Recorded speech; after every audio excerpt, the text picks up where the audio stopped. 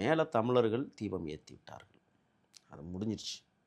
கீழே தூண்டி விடுகிற நிகழ்ச்சியை செய்து கொண்டிருக்கிறது திமுக.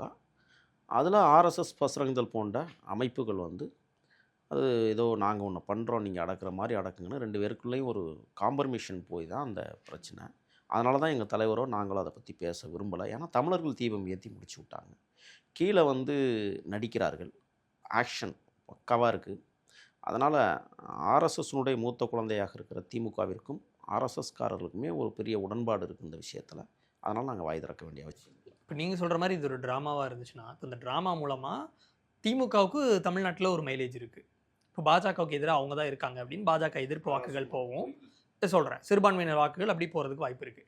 பாஜகவுக்கு அதில் என்ன லாபம்? தனக்கு லாபமே இல்லாமல் தனக்கு தமிழ்நாட்டில் கெட்ட பேரை ஏற்படுத்தக்கூடிய ஒரு செயல்பாடுக்கு ஏன் பாஜக திமுக கூட டீலிங் போடணும்? அவங்களுக்கு தேவை நீ எப்படி வேணாலும் இரு, நீயே ஆட்சிக்கு வந்துரு, ஆனால் சனாதனத்தை மட்டும் நாங்கள் ஒழிக்க மாட்டோம்.